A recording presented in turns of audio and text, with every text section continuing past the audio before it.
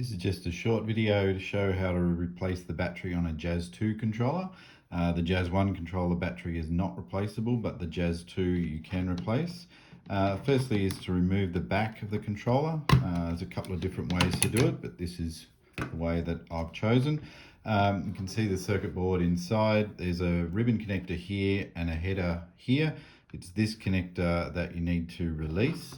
So just gently rock the board back and forward until that comes loose, and then the board tips over and the battery's underneath, and just flip out that. It's a CR2032, readily available from supermarkets, pharmacies, hardware stores and so on. Put the new battery in, just flip the board back over gently and push it back onto the pin header connector. You'll see the gold pins poke through when it's properly seated.